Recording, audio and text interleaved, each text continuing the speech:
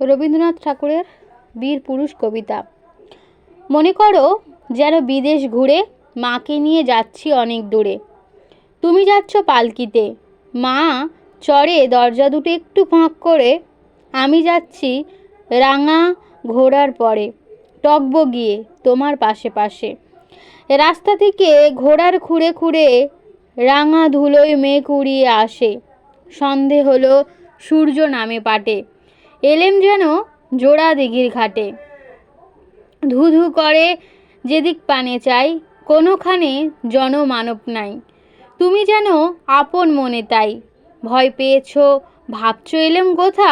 আমি বলছি ভয় করো না মাগো, ওই দেখা যায় মরা নদীর সোতা। আমরা কোথায় যাচ্ছি কে তা জানে, অন্ধকারে দেখা যায় না ভালো। তুমি যেন বললে আমায় ডেকে, দিঘির ধারে ওই যে কিসের আলো। এমন সময় হারে রে রে রে রে রে, ওই যে কারা আসতেছে ডাক ছেড়ে।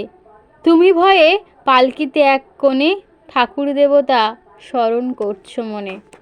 নমস্কার।